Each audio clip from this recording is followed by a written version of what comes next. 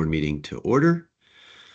The agenda in front of me, but I think the one topic for discussion today is an update by the Regulations Committee in regards to the proposed changes to the regulations in light of the new statute that was recently passed, and our need to define accounting concentration, which was not previously defined. So we needed to provide an update for that.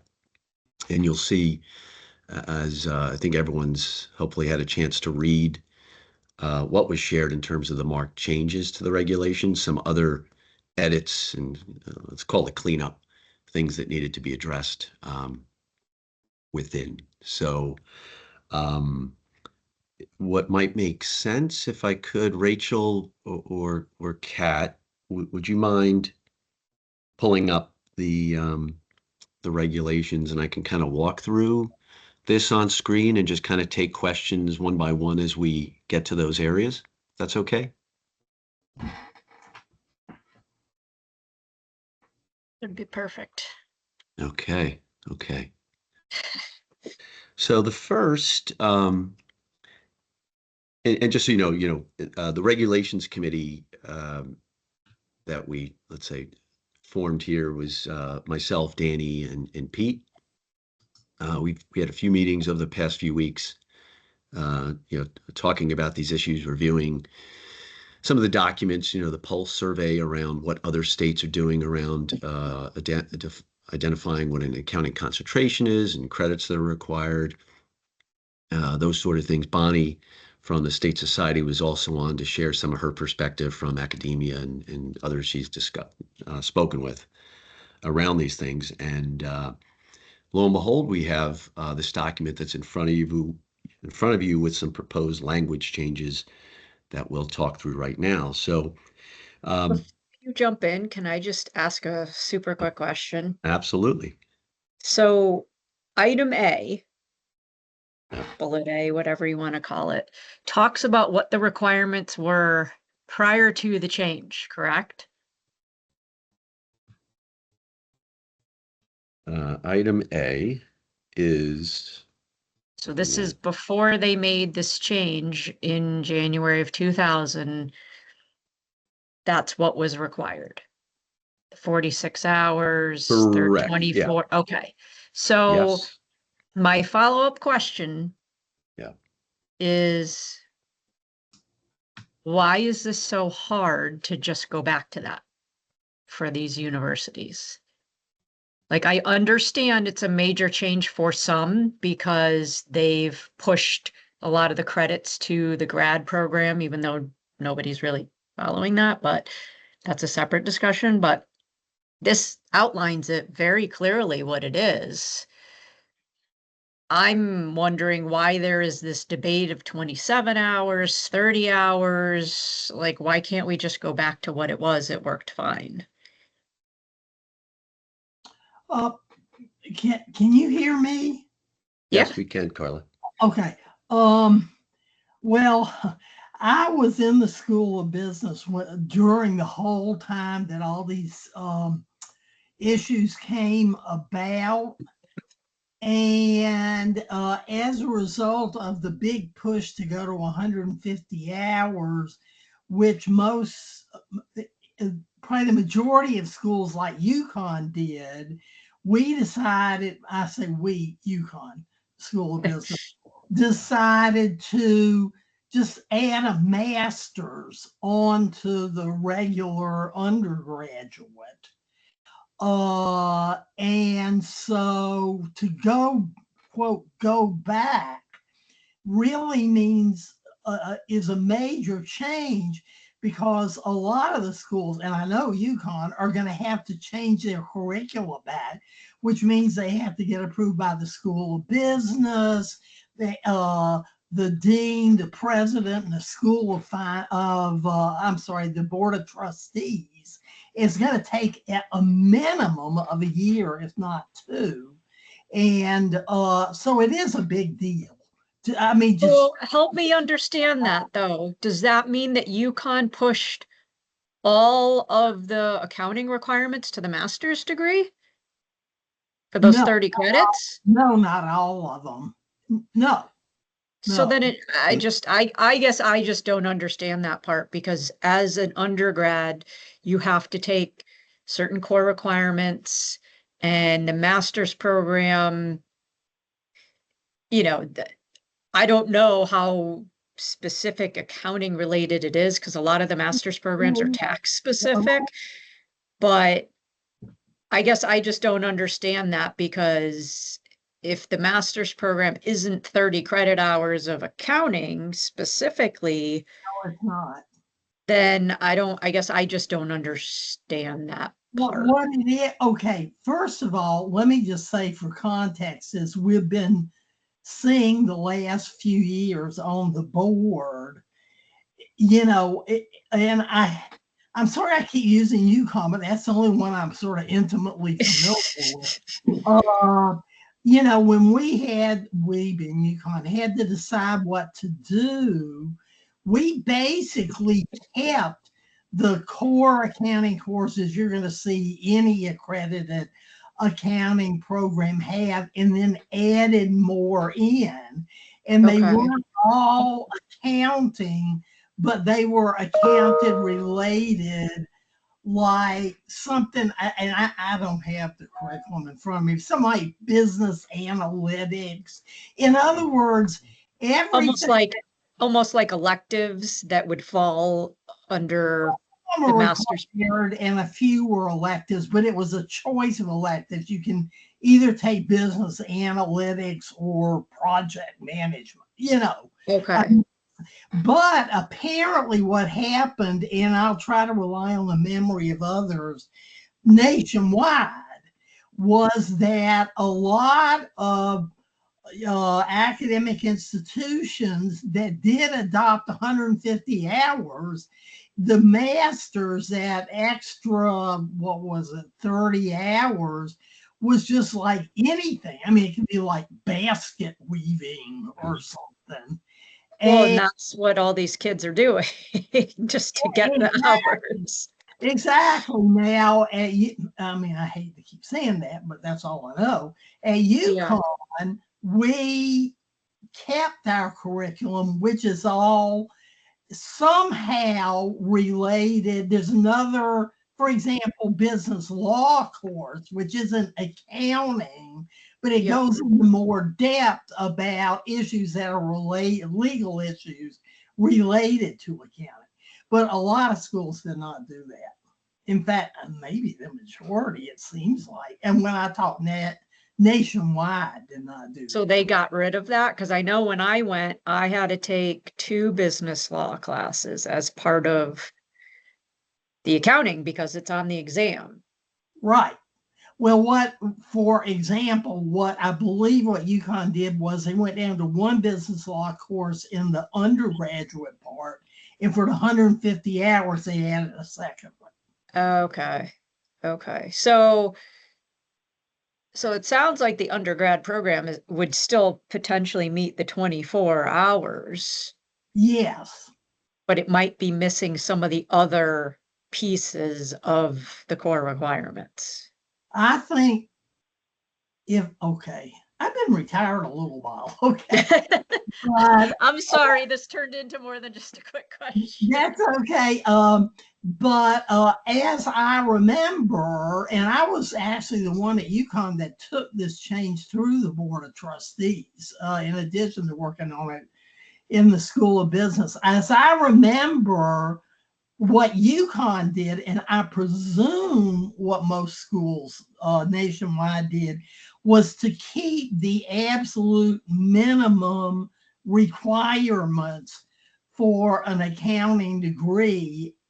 UConn kept them all in the undergraduate level. We were more concerned. All the conversations were about what should be extra in that master's degree. So I think the basics that you absolutely have to have, well, at UConn, they're still in the undergraduate curriculum. Okay. Yeah, because I know like the University of St. Joe's, they didn't change their curriculum. So they aren't going to have to go through some major overhaul related to this. All of the undergrad will cover any of the changes because Right. they just kept it as, you know what, we're not making the change. If people need the extra hours, they can just take it and kind of like whatever. Okay. Which, I mean, that's what all the students I'm seeing are doing. Out of 10 kids, maybe one or two actually take accounting classes. It's quite disappointing. Yeah, well, UConn, when we set it up, we were one of the first full master's programs in the whole university.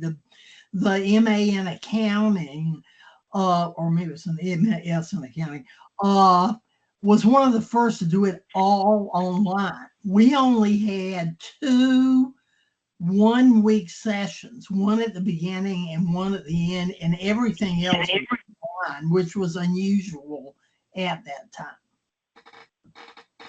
Okay.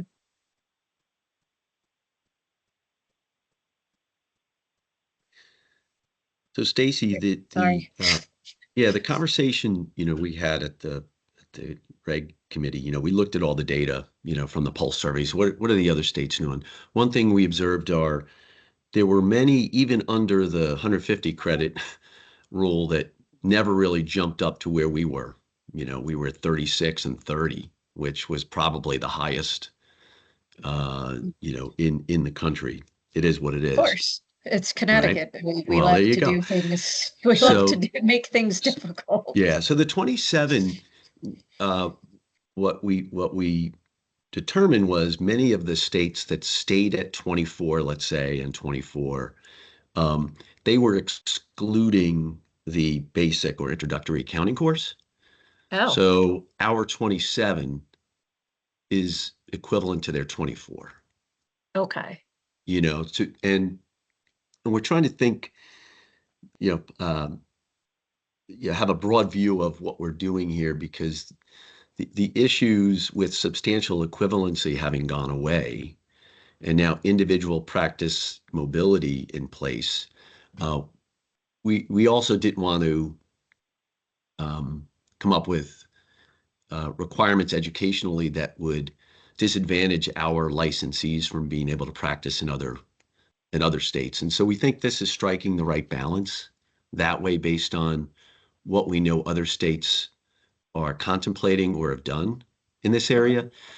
And the other thing I'd say is, this is not set in stone, if you will. So we need to do something now, and move guidelines forward.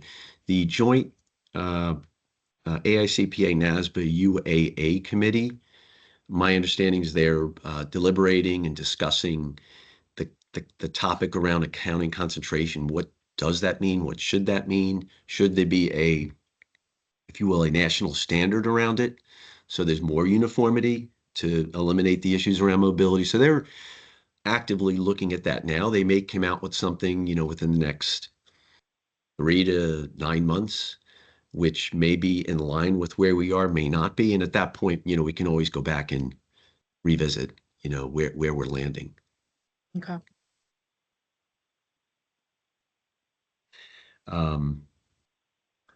So if I'm not sure, I'm not seeing the edits section on here, Rachel, if you can scroll down. So the first addition was to add,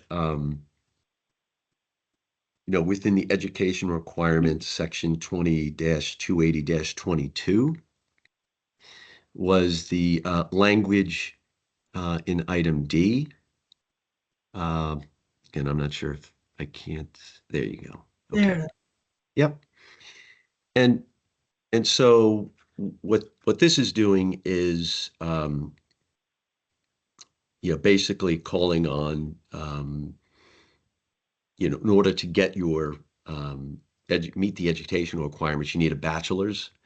And then it does define the accounting concentration to mean the coursework that includes the 27 semester hours in accounting education, which, as I mentioned, may include the basic or intro course to accounting, and 24 in economics and business administration. education other than accounting. And the one thing I want to point out at the very end here, just talking about mobility, we're adding or suggesting we add, comma, or an equivalent coursework as determined by the board. And that gets back to the issue around mobility, because the guardrail that we put in place, within the statute is one where a CPA from another state has a valid current license in that state, and they followed a pathway that would be essentially the same as we would require in Connecticut: exam, education, and experience. And there could be situations where some other states are slightly different from the 27, 24, but it would give, the board, the opportunity to look at what that coursework is and whether it's essentially, I'm going to say substantially equivalent, but sufficient from an educational perspective in terms of what we would require in order to allow them to practice within the state of Connecticut. So that's the reason for that that last edit. The other thing I'll point out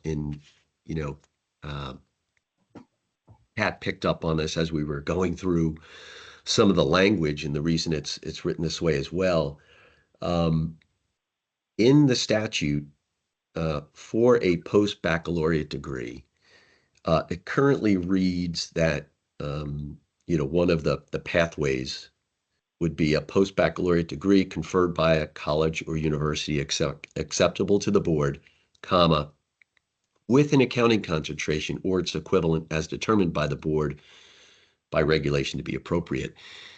And the way that's written is suggesting, which I think was not intended, and may be something that needs to be modified in this next session, and Bonnie may be able to help with this.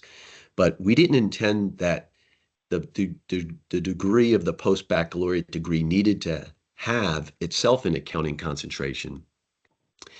The way it really should have been written was similar to the way we had written the pathway that called for a baccalaureate degree and an additional 30 semester credit hours.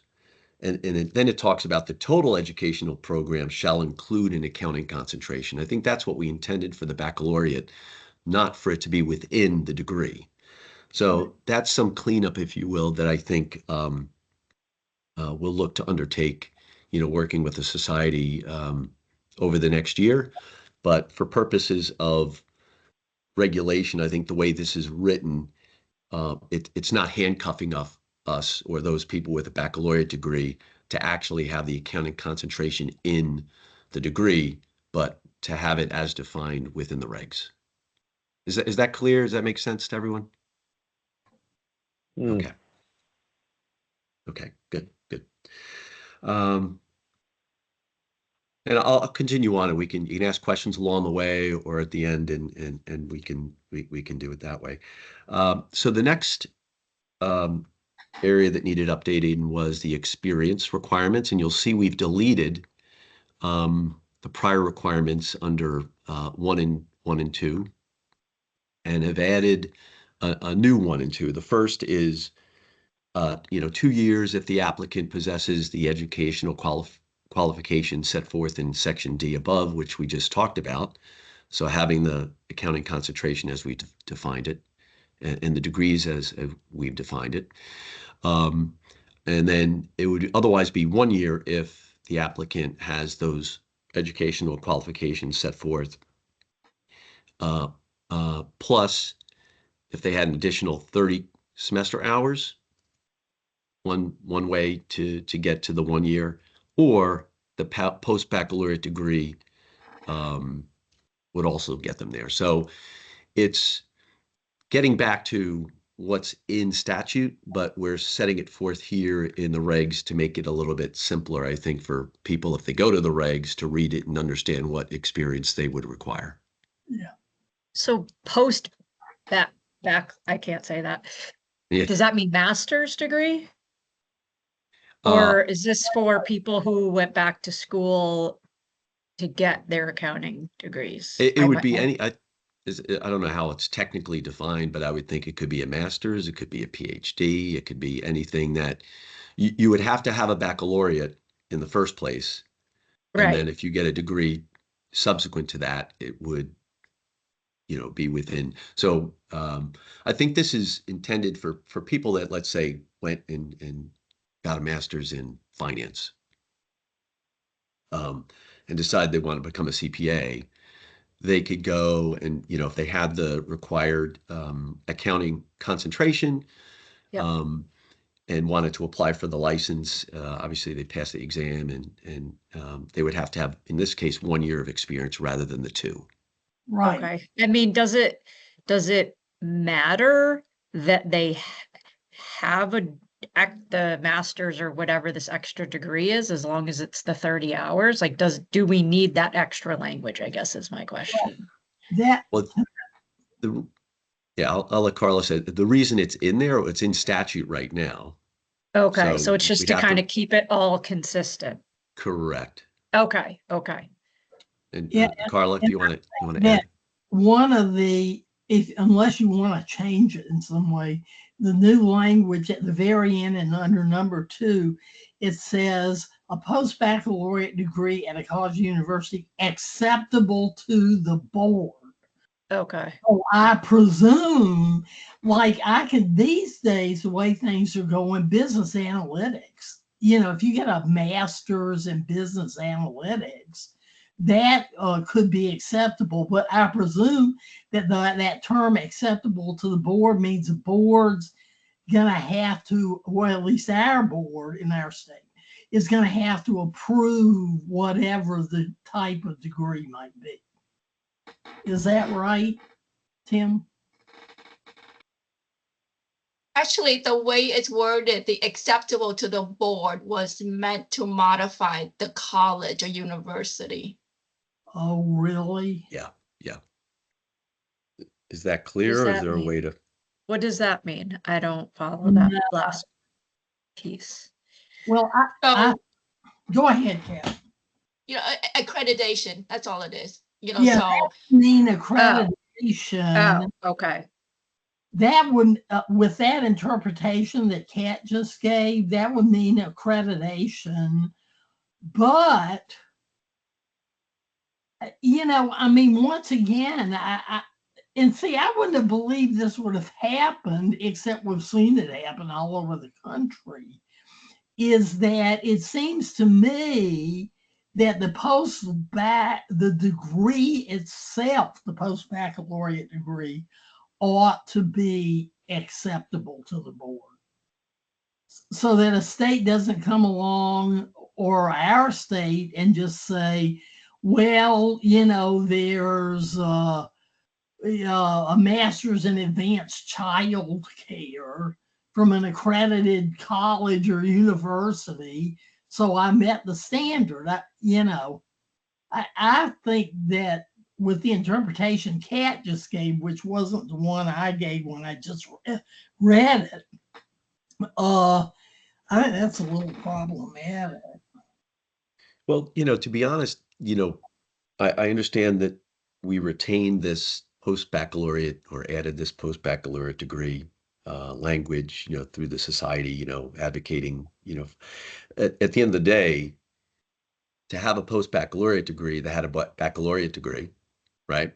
Right. Which means they could just revert to the other pathway, which is I've got a baccalaureate degree, 30 credit hours. Right. So there's a lot of ways they can attack this thing. I understand your point. I mean, I Well, presume we could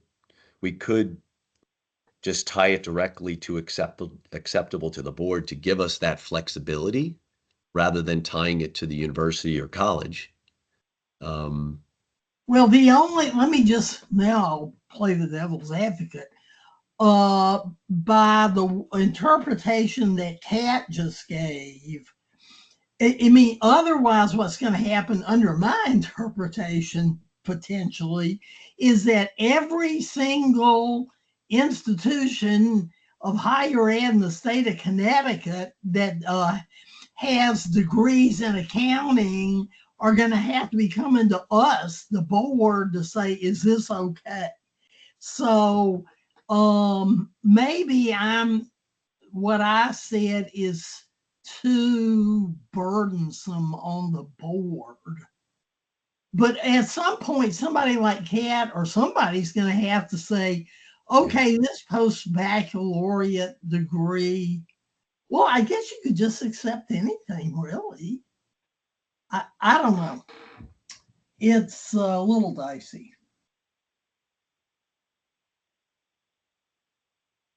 I guess what the question to be asked is, what would be unacceptable to the board? Well, Right. I think the masters in childcare would be unacceptable. I mean, I think that's a great thing to have, but not to be a CPA.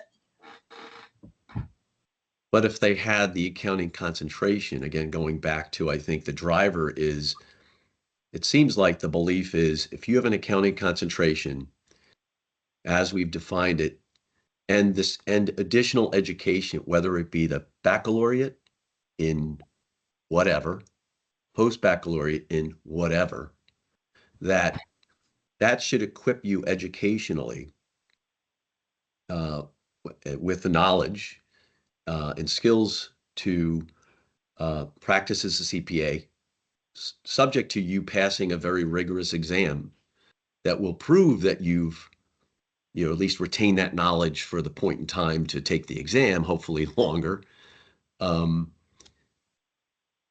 So, it just seems like everything is educationally, we're tying it to degrees, the baccalaureate or post-baccalaureate, and more critically, accounting concentration as we've defined it.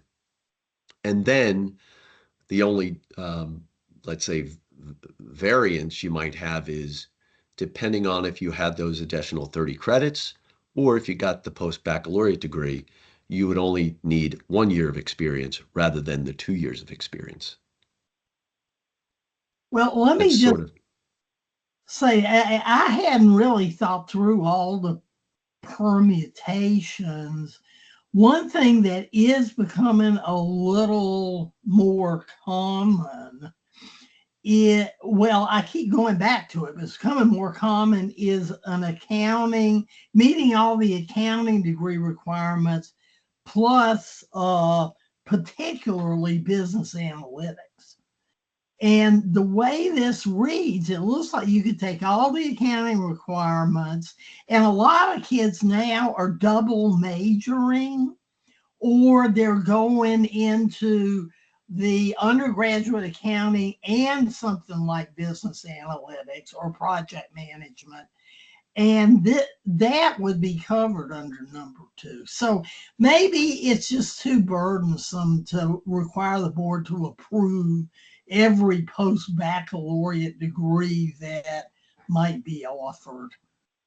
I mean, I think I agree with what Tim said. I mean, presumably with this change, as we move forward, obviously kids that are in school right now might have to adjust their personal classes that they're taking to meet this undergrad. But then once it's kind of moving along and in place for like freshmen moving forward, I don't think we'll see too many post-bachelorette degrees unless it's somebody who, is very ambitious and wants to learn and takes accounting classes. I'm not sure that this will be a huge thing that we're going to see going forward in a few years, I would say, once things have kind of settled down and the core requirements are back in place. Yeah. What we could do now that if I may, if I look back to our language in D, when it references the degree, the baccalaureate degree or its equivalent, it goes on to say at a college or university accredited, again, by a regional accrediting commission subscribing to established national policies and procedures or equivalent, of accreditation as determined by the board. Right.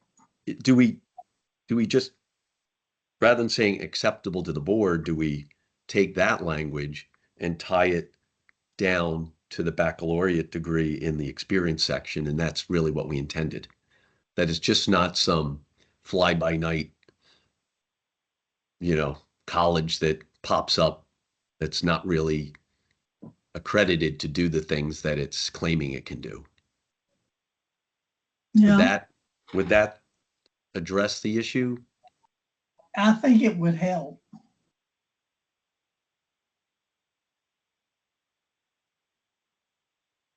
About any others, Danny, Bud, Stacy, with that?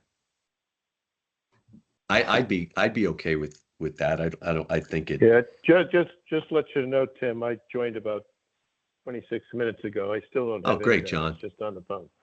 But everything's going fine, so go ahead. Okay. You were going to take it anyway. Yeah, Tim, I think that would be I'm good. also on the phone. Okay. Hey, Pete. Oh, So wow. Bud, you'd be okay with that? Yeah, that makes sense to me. Okay. Is there anyone that wouldn't be okay with, with that modification to the language, to substitute the similar language we have in D around the college or university being accredited in place of the references to the acceptable to the board? Okay. Okay, so can we, I don't know what the process is around making that modification. Let's proceed with that. And then, I don't know, when it comes down to making motions and all, we can, whether we have to reference some of the edits that we've made along the way, we can do that. So, this is Kat. So Hi, Kat. Rochelle, could you go up to D? I'm just gonna help with the language for a minute. To D. Okay, wait, yeah, go up to D, please.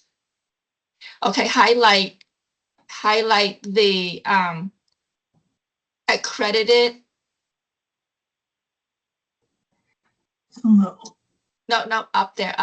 no, After it's- university accredited by a regional.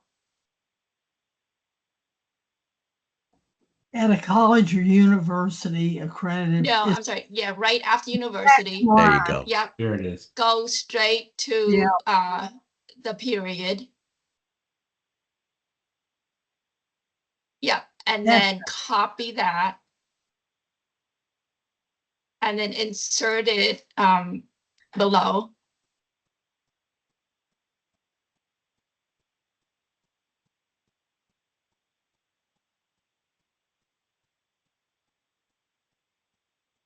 Go down, go down to where we were there. There. Replace it with at a acceptable to the board. Yeah, replace it with that.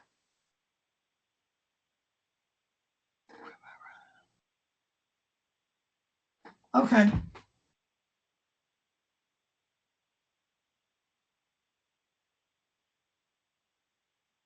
Yeah, okay. That looks good. Yeah, okay.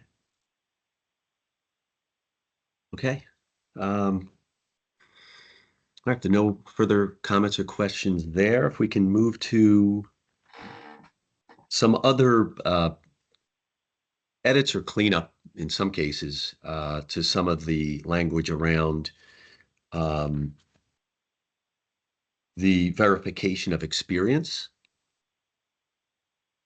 So in this case, I guess the regs had not been updated for what was actually in the verification forms that we've been using within the DCP. There's only A, B, and C. So going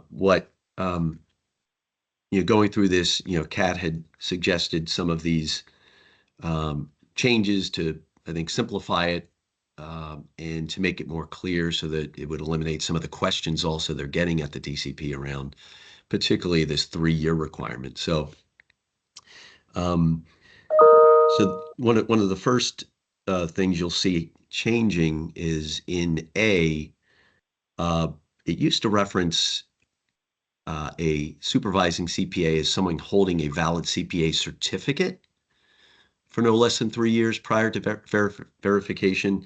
The reality is, in practice, that was never intended to allow someone with a certificate to be a supervisor for verification. It really has always been intended to be someone who's got the license, because those are the people that are permitted to perform even, the nature of the services that are relevant that they need to obtain in order to become licensed. So that has been changed and removed, and it's now referring to a qualified supervising CPA in all cases, which is then defined in D now as being, again, a CPA who is holding or held a current valid CPA license or qualified for practice privilege in this state, to the extent it's someone that's verifying experience out of state, but again, they meet our standards for practice, for no less than 3 years prior to and continuously throughout the time period of the experience being verified. So we thought it was important to retain that 3-year requirement. We didn't see any reason to change that, it's not like someone just gets their CPA license after 1 year of experience and now they're a supervisor supervising all these activities. We thought retaining that 3 years, made sense to qualify as a supervising CPA, and to ensure that they weren't dropping out 1 year, dropping back in, and that they were actually licensed for the entire period during which the person who's applying and claiming experience, that they were licensed throughout the entire time as they were supervising. So those are the edits to this section. Again, some of it was more cleanup to clarify what was actually happening in practice when verification was being evaluated by applicants. Any comments, any questions on this? I think it's pretty straightforward. Okay. Hearing none, let's move to the final. Let me just double check here. It's 2 more. Okay, so this next section is, again, just basically defining here what we had defined earlier around what a supervising CPA would be required to have in order to be qualified as a supervisor. So this is the same language as we had earlier. We thought it'd be appropriate just to update it here within the qualifying experience section, so that nothing very different from what we had earlier. Okay, if there's any questions or comments. One final edit is further on. You'll see where we talk about an individual licensee who performs or is responsible for supervising a test or compilation services, or who signs or authorized another person to sign reports on financial statements on behalf of a firm, shall meet the following additional requirements. We've updated the item 1 around requiring a CPA license. Again, holding a valid license to practice in good standing, issued by our board or by another state board, and meeting the education, experience, and examination requirements that we require. And this was required because the concept of substantial equivalency was removed from the UAA. It was removed from the references within our statute.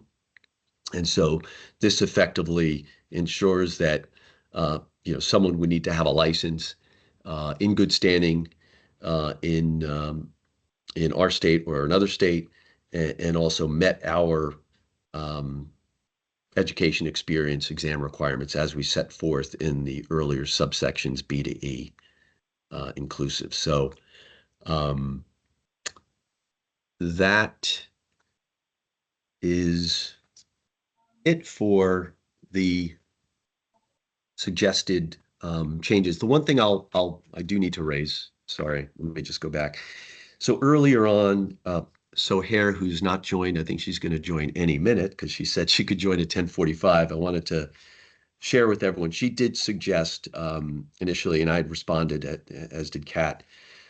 She suggested that when it came to the additional 30 semester hours required for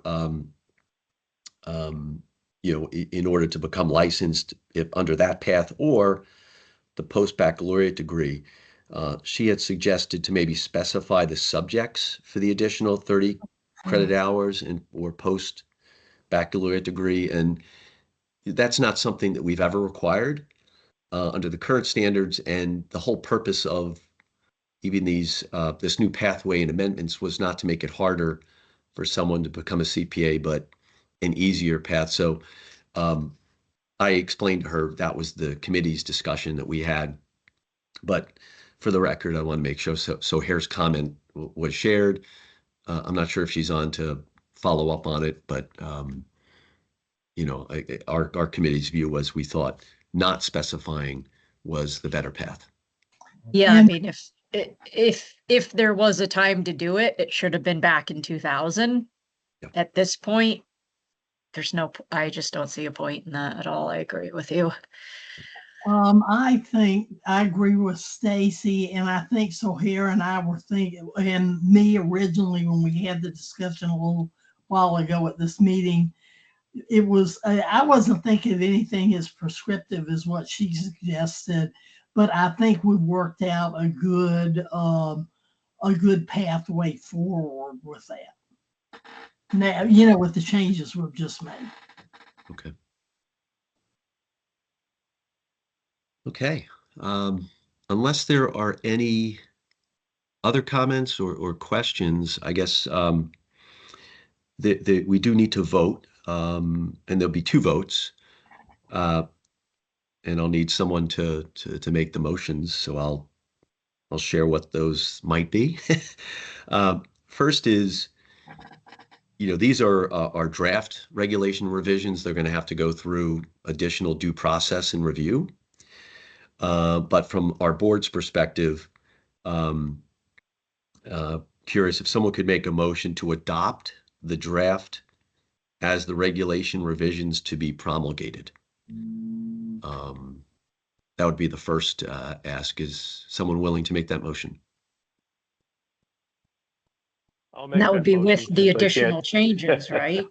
Correct. These revised regulations as drafted, as we've just reviewed today, would you approve to adopt those as those draft, again, to be promulgated, needs to go through further due process, but from the board's perspective, this is what we would propose. Got it. I'll make that. I'll make that motion since I can't any other time. Welcome back, John, to the motion proposal process. Thank you. Any questions or comments on that? Do we have a second? This is Bud, I'll second it. Second. Good. Now any questions or comments? Sorry. Okay, sorry. Okay, if none, all those in favor say aye. Aye. Aye. Any opposed? Tim, this Okay. is Pete. I say aye. Oh, thank you, Pete. Okay, motion passes.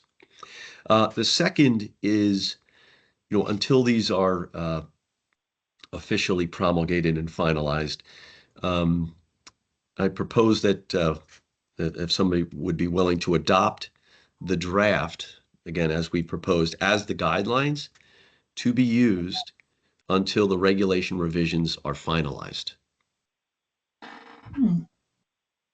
Say that again. Yeah, say that again. Yeah, so we need to adopt this draft with their revised regulations that we've put forth, but they're not fully due process yet because they're not fully promulgated through the review. And so until that occurs, which may take months, we're proposing that the DCP in the context of reviewing applicants' compliance, and ability to be licensed, that they can use this draft as their guidelines until they're formally promulgated through the entire process.